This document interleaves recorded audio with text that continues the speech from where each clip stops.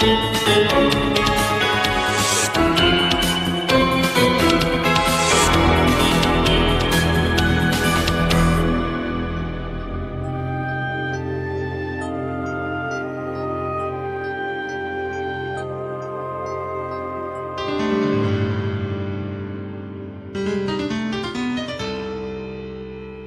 nul n'entre ici s'il n'est géomètre, disait Platon à propos des candidats à l'Académie.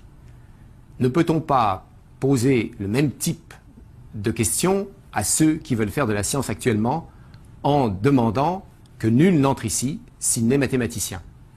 La mathématique apparaît comme le langage du monde, c'était la fameuse parole de Galilée, et ce langage apparaît extraordinairement pertinent au vu des résultats qu'il a permis d'obtenir au XIXe, au XXe siècle. C'est l'expression de cet étonnement que l'on retrouve chez Wigner, qui parle d'une efficacité extraordinaire des mathématiques, mais aussi d'Einstein, qui s'étonne de ce miracle de la possibilité de décrire le monde. A priori, le monde n'a aucune raison d'être avec une possibilité de description. Donc c'est toutes ces questions que l'on va regarder attentivement, avec en plus ce problème qui est un problème qui existe en amont, à savoir que des théories mathématiques se développent indépendamment, éventuellement, d'une description du monde. Si vous prenez un exemple particulier qui est, par exemple, la structure qu'on appelle la structure des quaternions, eh bien cette structure des quaternions a été trouvée par un Irlandais, Hamilton, au milieu du XIXe siècle, et a été redécouverte par Dirac lorsqu'il a essayé de donner une description du spin de l'électron.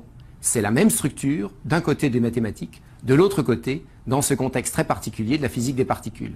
Comment se fait-il qu'il y a cette connexion? Pourquoi est-ce qu'elle marche? Et pourquoi est-ce qu'elle est aussi pertinente? Eh bien, pour répondre à cette interrogation, nous avons suivi une équipe de chercheurs en philosophie et en histoire des sciences, chercheurs dont vous allez voir la méthodologie et le type de travail à l'intérieur d'une université. Je crois que c'est un des apports intéressants de voir comment, à partir de ces données, qui sont des données que vous connaissez vous-même, des chercheurs dans ces domaines de philosophie, d'histoire, en dialogue avec les scientifiques, construisent une réflexion, cette réflexion que nous allons vous faire partager, puisque vous verrez, des étudiants sont là pour aussi poser leurs questions et apporter leurs interrogations. Alors, la mathématique est-elle le langage du monde? Voilà, la question est posée, essayons d'y répondre.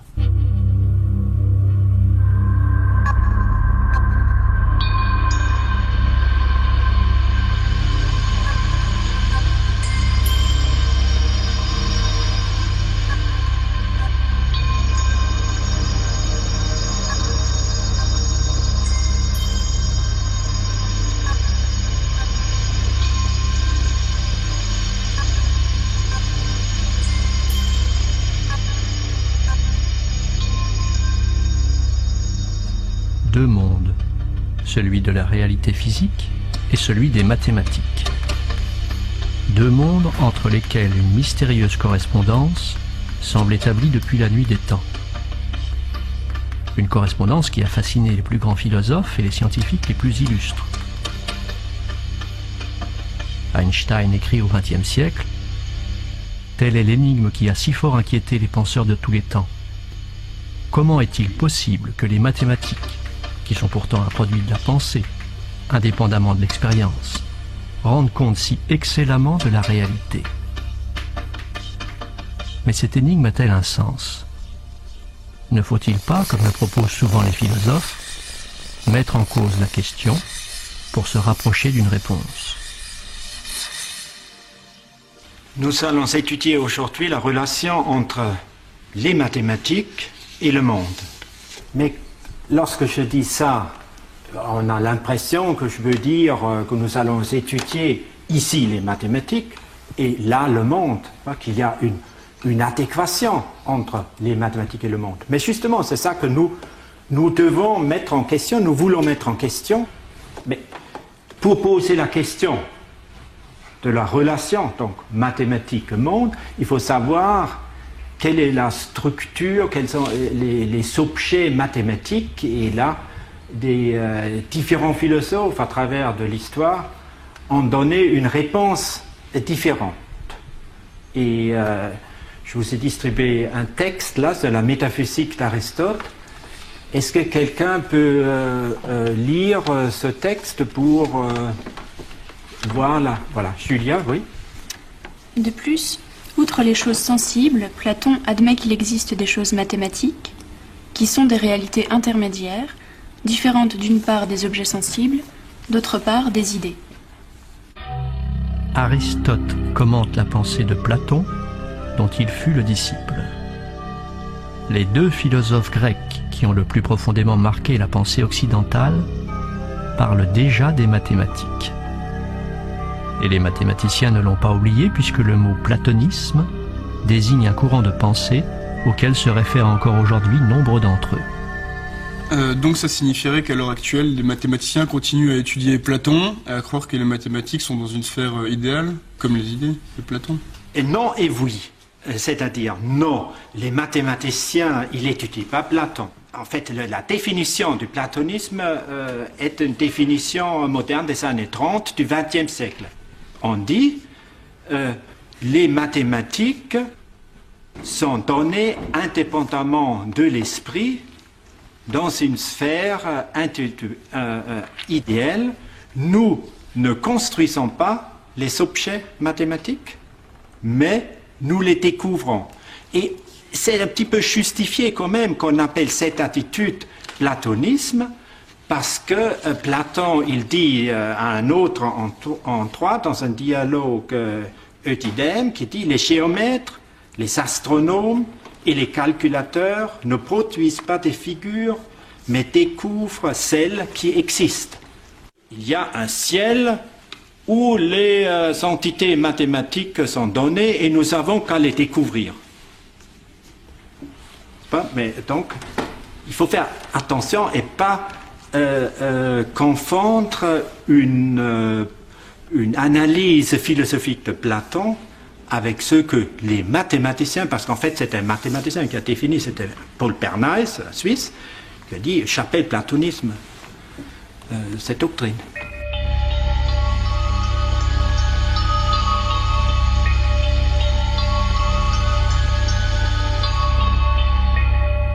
Quand vous dites qu'il y a un ciel d'idées qui existe, c'est-à-dire que les mathématiciens, ils ont trouvé un endroit où existeraient des triangles et des nombres qui vivraient entre eux, comme ça?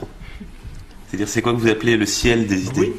Oui. Et comment se fait-il que 2 plus 2 est partout 4? Pourquoi tu dis donc pas 2 plus 2 égale 5? Et évidemment,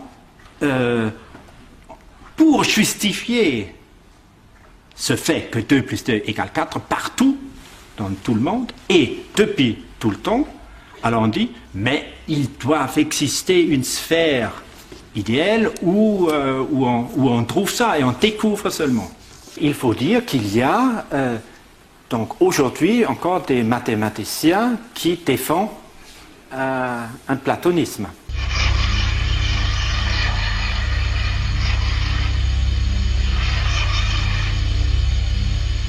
Tu défends donc la position selon laquelle les mathématiques se découvrent, c'est-à-dire que l'on découvre une réalité qui est extérieure à notre esprit, qui est extérieure à la matière, au même titre que certains sculpteurs peuvent dire que dans le bloc de béton, ils ne font que dégager l'inutile pour dégager la statue qui était déjà là, alors que moi je serais plutôt partisan du fait que dans le bloc de béton ou dans le bloc de marbre, c'est petit à petit que va se construire la statue. Dans mon activité, j'ai vraiment l'impression, moi au contraire, mais elle est vraiment très forte. Effectivement, à titre personnel déjà plutôt réellement de découvrir et pas du tout d'inventer quoi que ce soit. Et j'ai l'impression que surtout, enfin ça, on peut le voir même dans le développement historique, quoi. On peut pratiquement expliquer vraiment de manière, par un développement interne, le développement de toutes les mathématiques à partir de la notion de nombre. Je pense que c'est de nombre entier. Il me semble qu'une fois qu'on se donne les entiers par des processus de développement interne, on peut ensuite construire tout le reste de la mathématique, et ça de manière absolument inéluctable. On n'a plus jamais aucun choix. Je pense à la notion de groupe, par exemple, elle s'est forgée de manière absolument inéluctable à partir de la notion d'entier. Quand on part des entiers naturels, simplement, on construit ensuite les entiers relatifs, hein. Ensuite, par une deuxième opération algébrique, on construit les rationnels. Et puis ensuite, on a une opération qui, elle, fait appel à la notion de limite, hein. C'est une opération de complétion qui est tout à fait différente. C'est les nombres réels. Ensuite, on passe aux nombres complexes. Et dans ce développement, dans cette extension, on a voulu résoudre des équations, disons des équations de degré 2, de degré 3.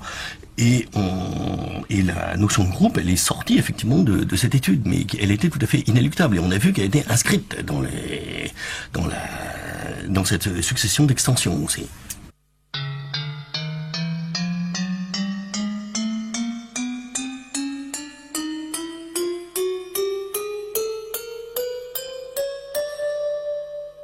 Une provocation. Si c'est aussi inéluctable que ça, pourquoi est-ce aussi difficile de faire des mathématiques? Ça devrait être beaucoup plus... il devrait y avoir on devrait avoir une vision beaucoup plus naturelle, et donc ça devrait... Bien que ce soit naturel, effectivement, c'est difficile. Et les structures qu'on cherche à mettre au jour, souvent, elles sont cachées. Je pense justement on a mis très longtemps avant de découvrir quel était le mécanisme caché, par exemple, qui permettait la résolution. Je reprends l'exemple le plus simple. Pour les équations du second degré, on l'a trouvé tout de suite parce que le groupe sous-jacent, c'est un groupe très simple. C'est le groupe à 2 éléments. Pour la résolution déjà des équations du troisième degré, ça a été une véritable prouesse, hein, qui a été effectivement réalisée à la Renaissance. Cette résolution, parce que déjà le groupe sous-jacent, c'est le groupe S3, c'est le groupe des permutations d'un objet à 3 éléments. Pour les groupes à 4 éléments, pour la résolution des équations de degré 4, ça a suivi presque immédiatement, parce que c'est encore le groupe symétrique à 4 éléments, c'est un petit peu la même idée, c'est provenu naturellement. Et ici, là, ensuite, il y a une rupture très, très brute, puisque malgré tous les efforts, on n'a jamais réussi à résoudre effectivement par radicaux, hein, les équations de degré 5 ou plus, a fortiori, et tout simplement, là, c'est parce que le groupe sous-jacent est bien plus compliqué. Et la classification, maintenant, on le sait, hein, essentiellement la classification des groupes simples finis, et puisque c'est eux qui vont apparaître, c'est quelque chose d'extraordinairement compliqué. C'est quelque chose qui a été réalisé ces dernières années, c'est une véritable prouesse. Effectivement, ces structures sont naturelles, mais sont très compliquées. Et moi, je crois effectivement à l'existence d'un monde de structures mathématiques, finalement, et nous, on cherche à les découvrir et à les révéler. Et ensuite, à avoir une formulation qui soit aussi, disons, économique que possible pour essayer de formuler toutes ces relations.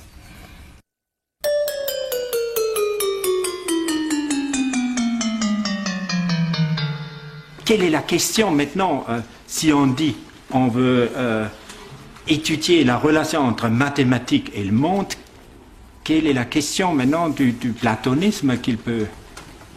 Si on est platoniste, comment on peut justifier l'application des mathématiques à la réalité? Si on est platoniste, comment on peut justifier que le monde, ce monde idéal et des idées, tout d'un coup, se retrouve ici dans les pommes, que 2 pommes plus 2 pommes font 4 pommes. Pourquoi ?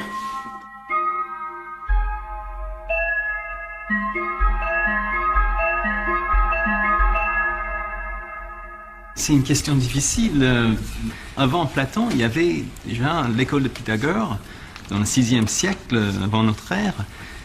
Et dans l'école de Pythagore, on croyait que, effectivement, il y avait la science des nombres. Il s'occupait justement de cette science des nombres. On attribue à Pythagore plein de théorèmes, etc. Alors, le rapport avec le réel, c'était fait par une espèce de hiérarchie, c'est-à-dire que le monde réel, selon l'école de Pythagore, était en quelque sorte issu de cette science des nombres. Alors il y avait des raisons pour cette croyance chez les pythagoriciens. Notamment, ils ont vu que dans la musique, les harmonies musicales correspondaient à des rapports entre des nombres.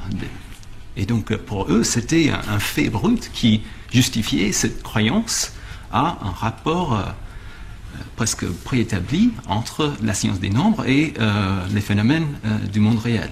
Les pythagoriciens croyaient aussi qu'il y avait une musique des sphères qui était liée au fait que les planètes du système solaire se trouvaient à des distances régulières par rapport à la Terre.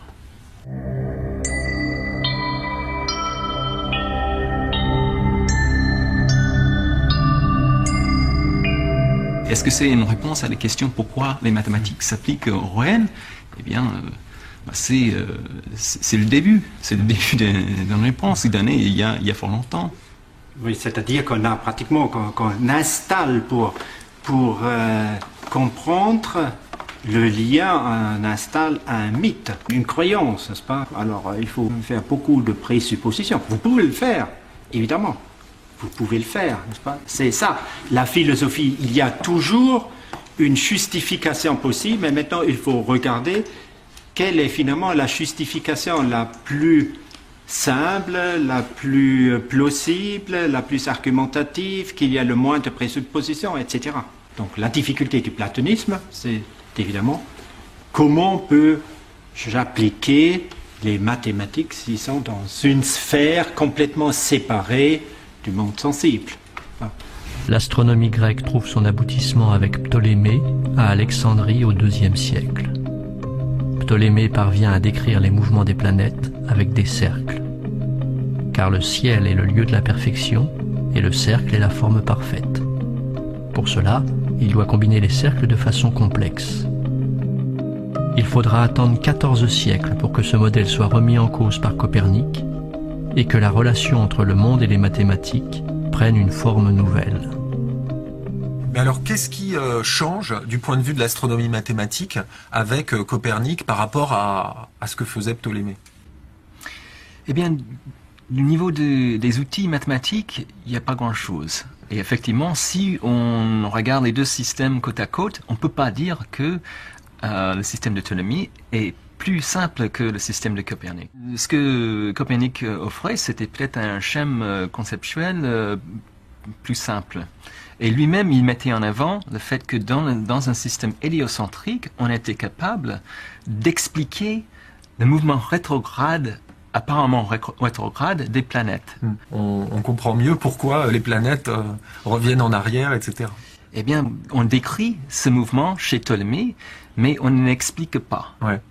Alors que ce mouvement sort naturellement, c'est un effet de perspective dans un système héliocentrique. Et là, je pense que ça a dû impressionner les astronomes du temps de Copernic, mais il n'y avait pas vraiment de révolution immédiate, parce que dans la pratique, effectivement, on arrivait aussi bien avec un système comme l'autre de décrire d'une façon adéquate le mouvement des planètes, ce qui est l'essentiel pour l'astronome.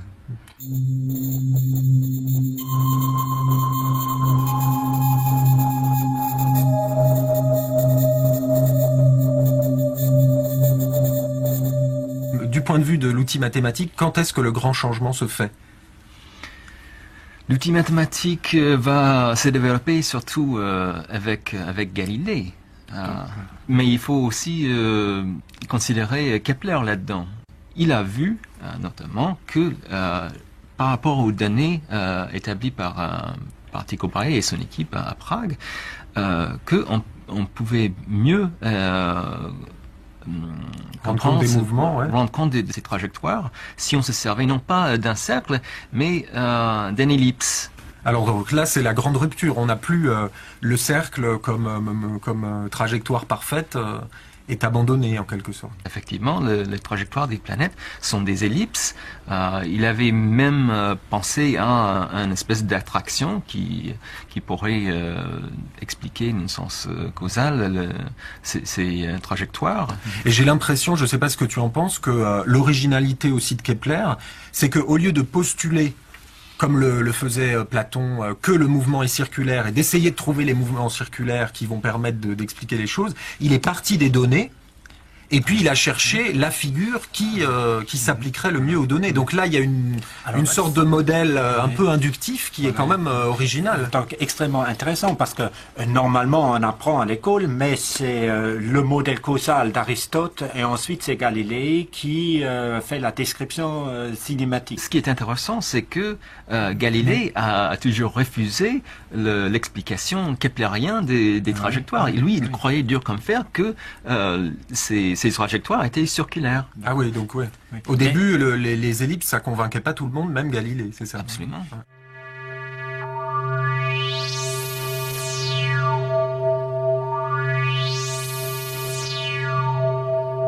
Ce qu'on voit bien finalement chez tous ces auteurs de Platon à Galilée, c'est qu'il y a vraiment différents niveaux dans leur théorie. Bon, il y a un niveau philosophique, il y a un niveau mathématique, il y a un niveau physique et théologique. Et donc, ces différents niveaux interagissent et on peut très bien avancer à un certain niveau et bon, on va peut-être pas dire reculer sur un autre, mais en tout cas modifier les rapports entre les différents niveaux. On voit bien, par exemple, que d'une certaine manière, mathématiquement, Kepler est un peu en avance, mais en même temps, Galilée va beaucoup plus loin dans le domaine physique, etc.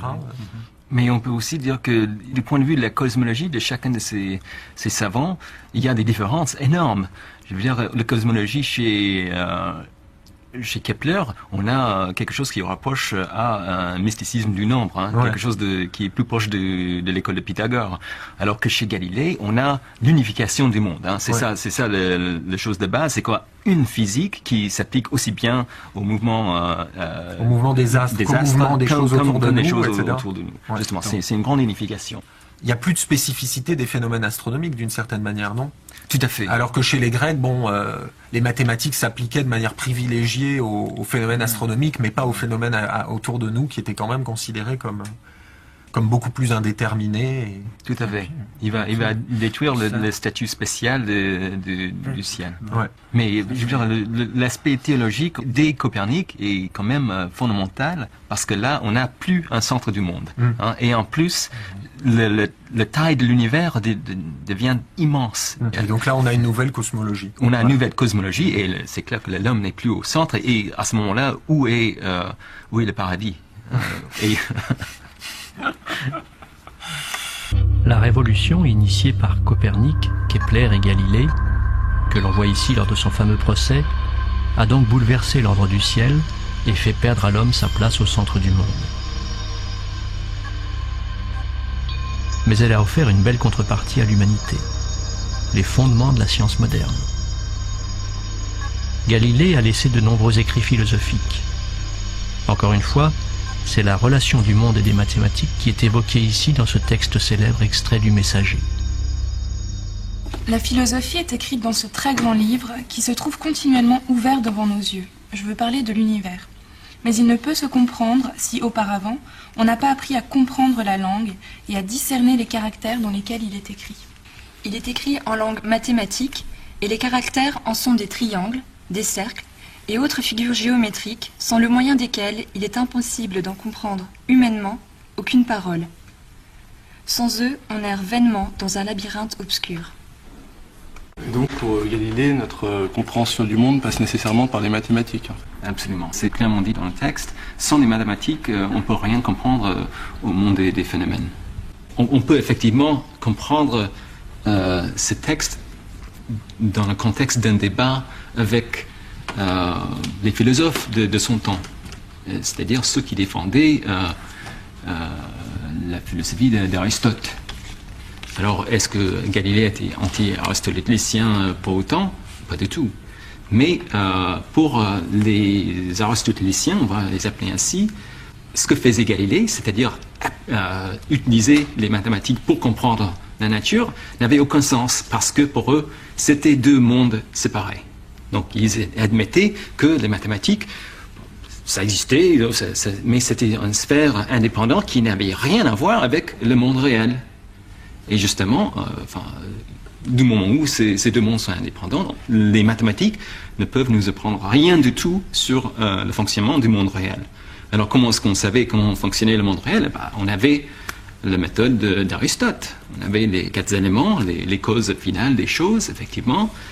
Mais ce que c'est de dire Galilée, c'était que c'était pas une méthode pour comprendre la nature. Il fallait considérer ces deux mondes comme étant un monde, en fait.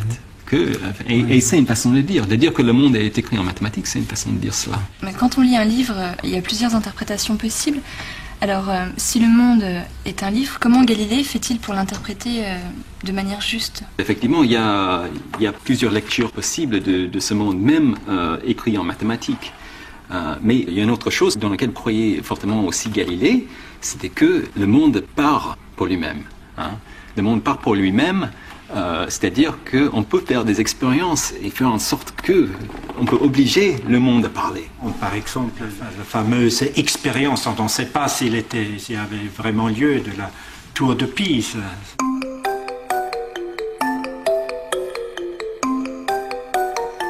Ce qui est effectivement intéressant chez Galilée, c'est qu'il va utiliser, dans une démarche tout à fait consciente, l'expérience pour mettre à l'épreuve ses théories. Et c'est important chez Galilée, on trouve cette idée qu'une théorie valable, une théorie candidate de l'explication d'un phénomène, doit être falsifiable. Pour la démarche aristotélicienne, il n'y a pas de prévision en tant que telle. Donc, en quelque sorte, la démarche aristotélicienne n'est pas falsifiable. Est-ce que vous pourriez expliquer plus précisément ce que vous entendez par falsifiable? Falsifiable, ça voulait dire qu'elle admet la possibilité d'une contradiction par l'expérience. On pourrait prendre l'exemple de la loi de chute de Galilée. Si effectivement on adopte une loi où la vitesse est proportionnelle au carré de la distance, alors là, effectivement, on pourrait prévoir la vitesse terminale d'un objet après sa chute. Et on peut mesurer cette vitesse et à partir de là, dire oui ou non si cette loi est valable. Qu'est-ce qu'on peut tout de suite dire par rapport à cette explication de la falsifiabilité d'un point de vue philosophique? Qu'est-ce qui sera alternatif? On a une théorie et on a une expérience qui contredit la théorie. Qu'est-ce qu'on pourrait dire? Que l'expérience est fausse, finalement. Ben voilà, que l'expérience est fausse, que les conditions d'expérience sont mal déterminées, etc. Qu'on garde bien la théorie, qu'on ne s'occupe pas de l'expérience et qu'on essaye de trouver la faute dans une théorie, pas de perception par exemple. Ce que je vois, en fait je me trompe, c'est une apparence, etc. Il faut toujours bien être conscient que toute approche philosophique ou théorique, il y a toujours plusieurs possibilités d'argumenter et c'est pas un chemin tout droit et tout lisse, n'est-ce pas? Il y a toujours, en philosophie, il y a toujours plusieurs possibilités de mettre un argument fort et l'autre argument moins fort.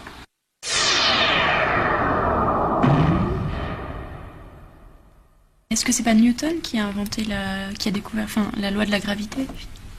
Tout à fait. Alors que Galilée, il a bien trouvé la loi de la chute libre. Pour lui, il n'avait pas une loi de gravitation. Donc effectivement, ça reste une loi descriptive. Il n'y a pas notamment la notion d'une force de gravitation entre deux masses comme l'a élaboré Newton vers la fin du XVIIe siècle.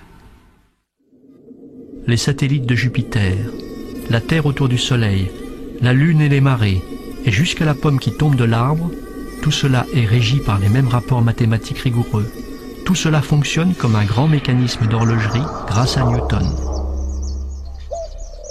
Jamais l'harmonie du monde et des nombres n'a été si parfaite.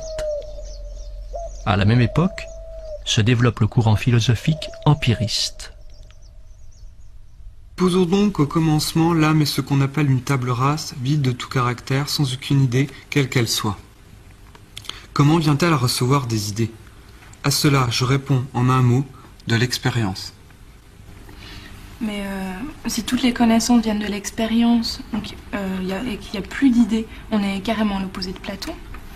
Oui, bien sûr. On est justement Locke, et c'est ce qu'on appelle un empirisme. Mais maintenant, c'est des étiquettes empirisme, rationalisme, platonisme, c'est des étiquettes très larges. Qu'est-ce que ça veut dire en fait? Quel est le problème? Si tout vient de l'expérience, n'est-ce pas, comment distinguer la physique des mathématiques? La physique, là, il y a toujours un progrès mathématique, mais que la somme des angles d'un triangle possède 180 degrés, on dit que dans la géométrie euclidienne, c'est vrai, c'était vrai, c'est vrai, ça sera vrai. Alors, comment on arrive? Alors, la réponse de l'empirisme n'est pas triviale. Ça marche de la manière suivante. On a des sensations qui nous viennent de l'extérieur. Ensuite, sur ces données, Locke, il dit, il y a une autre capacité qu'il appelle réflexion, qui réfléchit sur les données. Et ensuite, on regarde s'il y a convenance ou disconvenance entre des idées. Et la logique et les mathématiques, maintenant, sont construits par une connaissance intuitive qu'on voit si on compare les idées, si on fait des relations entre des idées, n'est-ce pas? Dans ce cas-là, il y a une connaissance intuitive immédiate. On pourrait dire de cette manière quand même qu'il arrive à Locke, même l'empiriste, de garder un caractère analytique, entre guillemets, des mathématiques, c'est-à-dire que les mathématiques même sont d'une certaine manière indépendantes d'un contrôle de l'expérience. C'est-à-dire je n'ai pas besoin de retourner dans l'expérience pour vérifier un résultat mathématique.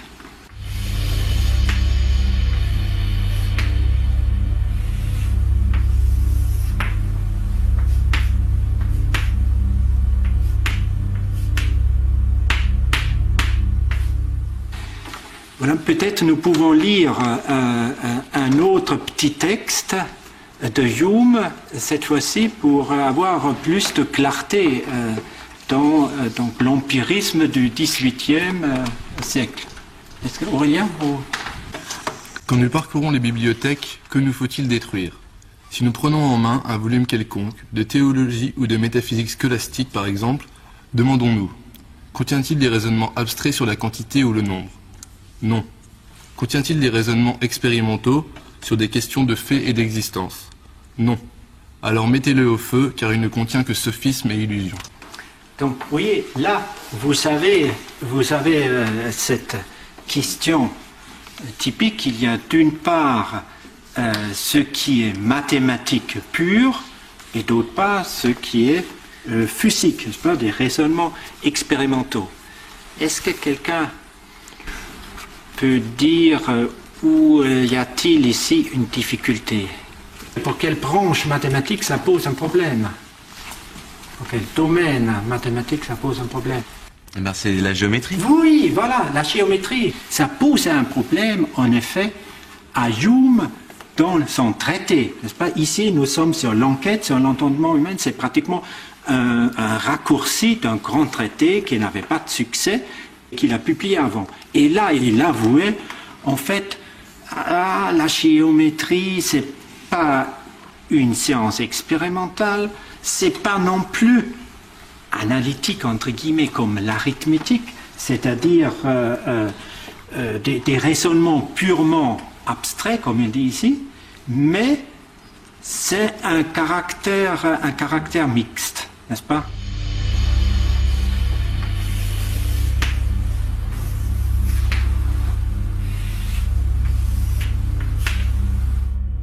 La question est, est-ce qu'on est empiriste ou est-ce qu'on est maintenant platonicien en mathématiques, et comment, par ces deux positions fondamentales, peut-on justifier l'application des mathématiques à la réalité? Les deux positions ont donc des difficultés.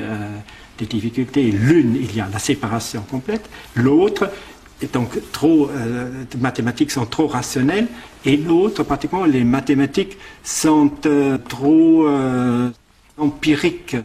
Cette situation est un point de départ pour maintenant les philosophies du 19e jusqu'au 20e siècle pour résoudre la question de mathématiques et son applicabilité. Et cette question va se complexifier de manière inattendue au milieu du 19e siècle avec l'arrivée des nouvelles géométries, celles de Lobachevsky et de Riemann. Mais s'il y a plusieurs géométries possibles, laquelle est la bonne? L'harmonieuse correspondance entre physique et géométrie est-elle perdue? Dans le cadre de ce débat, Henri Poincaré définit son point de vue, le conventionnalisme. Dès lors, que doit-on penser de cette question? La géométrie euclidienne est-elle vraie? Elle n'a aucun sens. Une géométrie ne peut pas être plus vraie qu'une autre. Elle peut seulement être plus commode. Les axiomes de la géométrie ne sont ni des jugements synthétiques a priori, ni des faits expérimentaux, ce sont des conventions. Donc Poincaré, il remet en cause la géométrie, mais on a pourtant l'impression dans nos expériences de tous les jours que la géométrie euclidienne, elle est vraie. Parce que quand on trace un triangle et qu'on mesure par exemple les angles, on voit que ça correspond aux théorèmes qui ont été établis. Effectivement, et même à l'époque de Poincaré, la plupart des géomètres croyaient qu'il était censé de poser la question de quelle géométrie correspondait à l'espace physique. Alors justement, ce que Poincaré raconte dans ce passage, c'est que la question n'a pas de sens. Et pourquoi est-ce qu'il dit ça? C'est que, selon Poincaré, donc chaque fois qu'on fait une mesure dans l'espace physique, on utilise deux choses. D'une part, la géométrie, d'autre part, la physique. Donc chaque fois qu'on réalise un triangle physique dans l'espace physique, on est en train de se servir d'une façon ou d'une autre d'une définition physique de la ligne droite. Par exemple, la trajectoire de la lumière comme définition de la ligne droite. Donc effectivement, on pourrait faire un triangle optique dans l'espace, ou même en utilisant la lumière stellaire pour imaginer un triangle extrêmement large. Mais selon Poincaré, tout ce qu'on a fait dans ce cas-là, c'est de définir la ligne droite, c'est-à-dire un objet abstrait, de définir cet objet abstrait comme étant un phénomène physique. Et donc pour lui, c'est tout à fait arbitraire. Donc il disait très clairement ailleurs qu'on pourrait prendre une autre définition de la ligne droite, et à ce moment-là, on arriverait à une autre réponse à la question de quelle géométrie correspond à l'espace physique.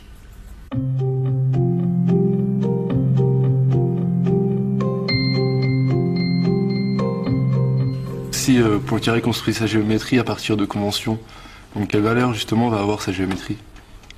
Ça, il faut bien être conscient que convention ne signifie pas une décision arbitraire.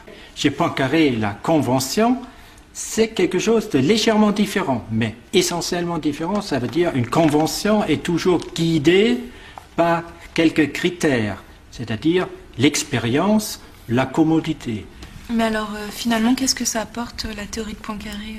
La théorie de Poincaré est justement une approche qui cherche à éviter les difficultés, d'une part par le platonisme, d'autre part par l'empirisme. Pourquoi? Mais le platonisme, c'était la difficulté qu'il y avait des entités abstraites a priori. Maintenant, selon Poincaré, le vocabulaire abstrait d'une théorie, c'est des décisions. Mais des décisions qui ne sont pas arbitraires, ni a priori, mais des décisions qui sont guidées, motivées par l'expérience.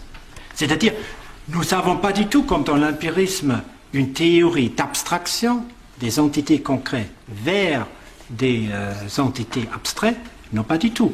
Mais une expérience à plusieurs niveaux, ça peut être même une expérience avec des entités abstraites. Une telle expérience nous oblige ou nous met en position de décider par rapport à un vocabulaire, et ce vocabulaire est de nouveau testé par l'expérience et ainsi de suite. Si vous voulez, la mathématisation de la réalité est une sorte de processus dialectique qui, à chaque stade, demande de nouveaux confirmations, d'une part par l'expérience, et ensuite l'expérience est de nouveau regardée sous l'angle d'une théorie encore plus élaborée. On a une théorie qui est médiane entre le platonisme et l'empirisme. Si les mathématiques et le monde ne se correspondent plus de manière évidente, alors il faut refonder les mathématiques sur des bases solides et indépendantes de la réalité. Plusieurs grands mathématiciens vont se lancer dans cette aventure qui va déboucher sur une crise. L'émergence des géométries non euclidiennes va amener les mathématiciens à poser les problèmes des fondements des géométries indépendamment d'une référence à une réalité, et donc amener à une conception hypothético-déductive des géométries. Exactement.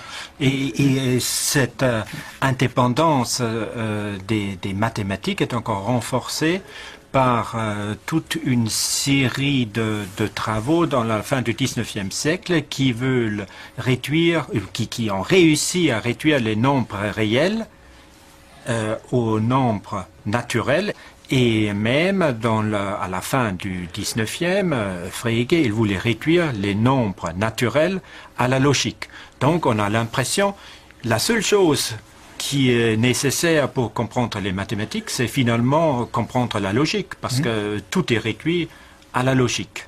Le vieux rêve logiciste. Voilà, le vieux rêve logiciste, voilà. En même temps, cette stratégie logiciste, elle aboutit à un échec avec les paradoxes, puisque bon, il y a eu les paradoxes dans la théorie des ensembles, là, notamment que Russell a découvert, et il y a et Zermelo aussi, Zermelo et d'autres, Burali-Forti et autres. Ouais. Et pour donner une idée un peu de ces paradoxes, il y a la version un peu connue du paradoxe du barbier. C'est envisager le barbier dans un village qui rase tous les hommes qui ne se rasent pas eux-mêmes, et uniquement eux. D'où la question, est-ce que le barbier en question se rase lui-même ou pas? Alors s'il se rase lui-même, il fait partie de la catégorie des hommes du village qui se rasent eux-mêmes, donc ils ne sont pas rasés par le barbier, donc il ne doit pas se raser lui-même.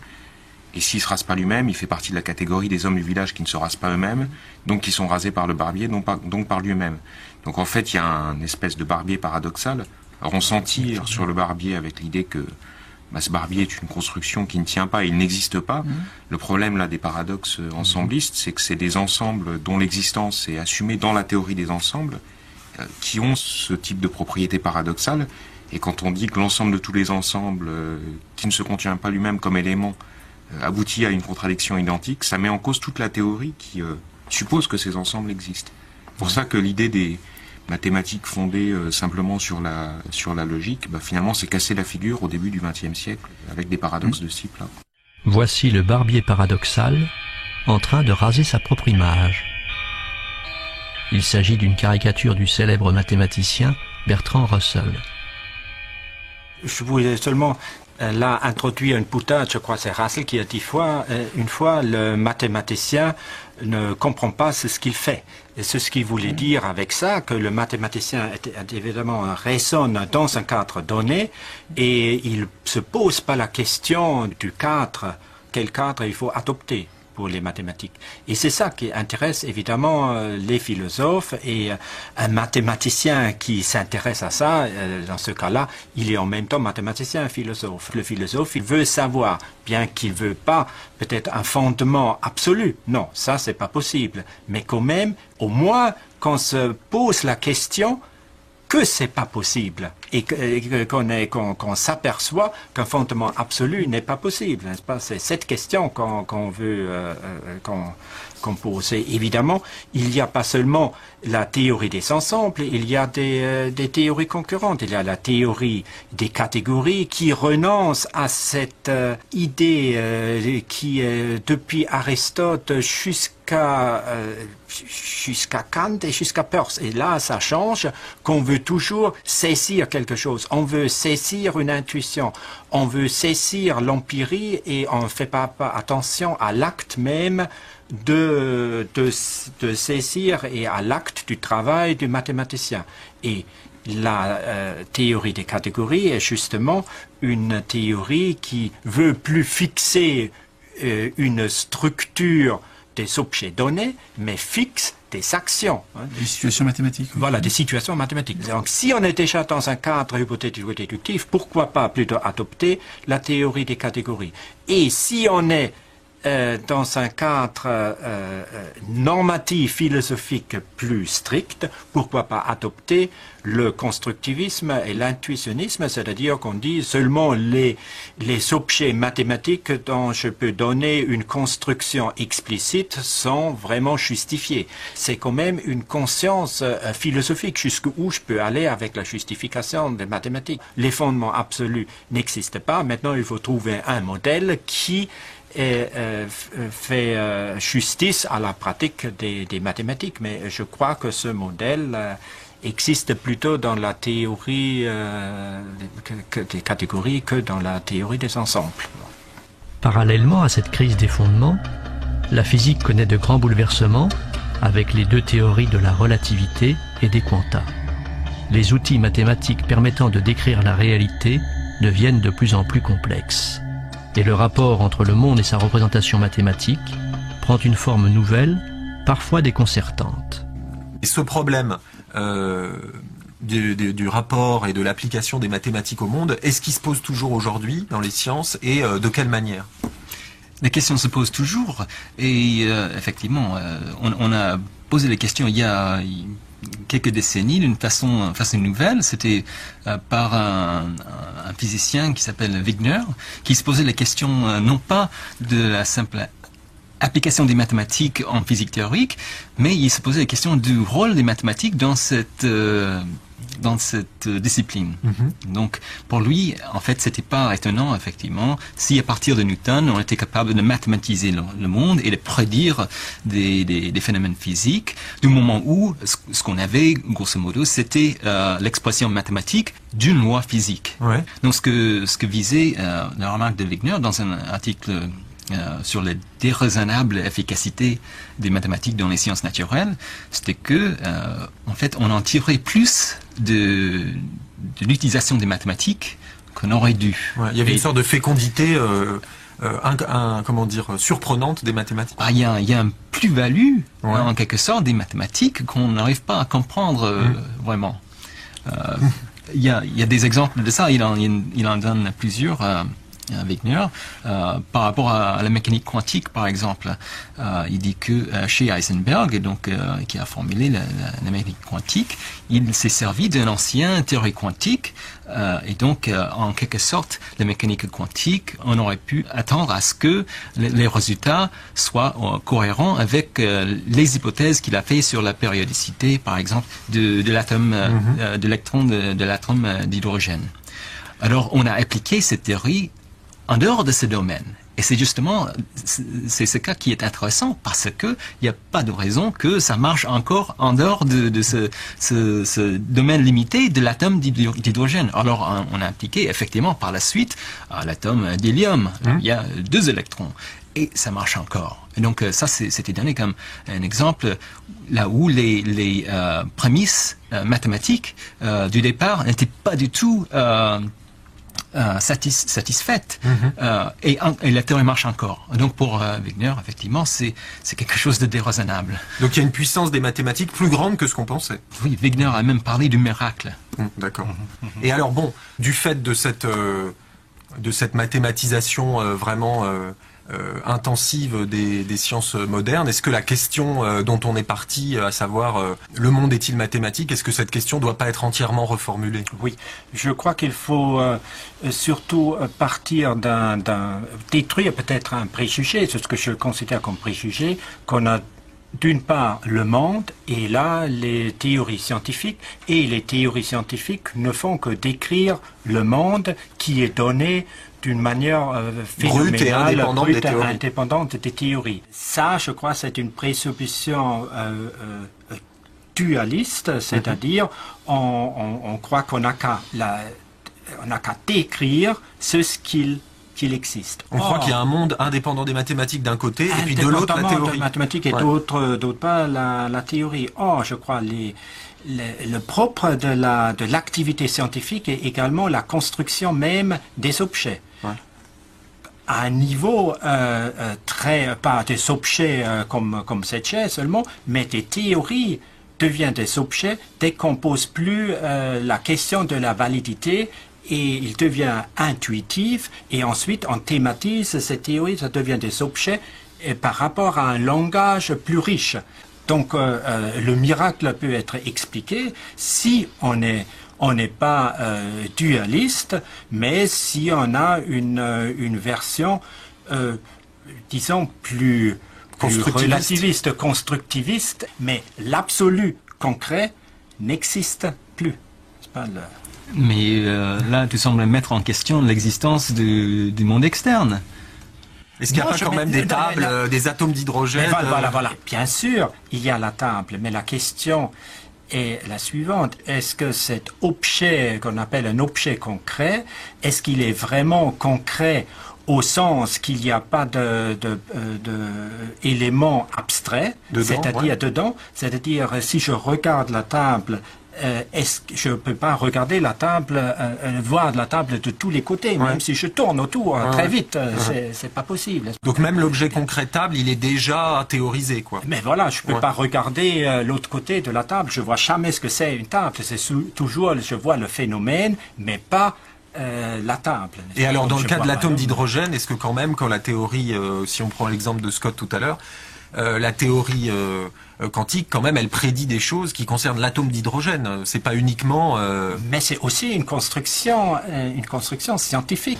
Les mesures, les appareils techniques sont évidemment théoriques.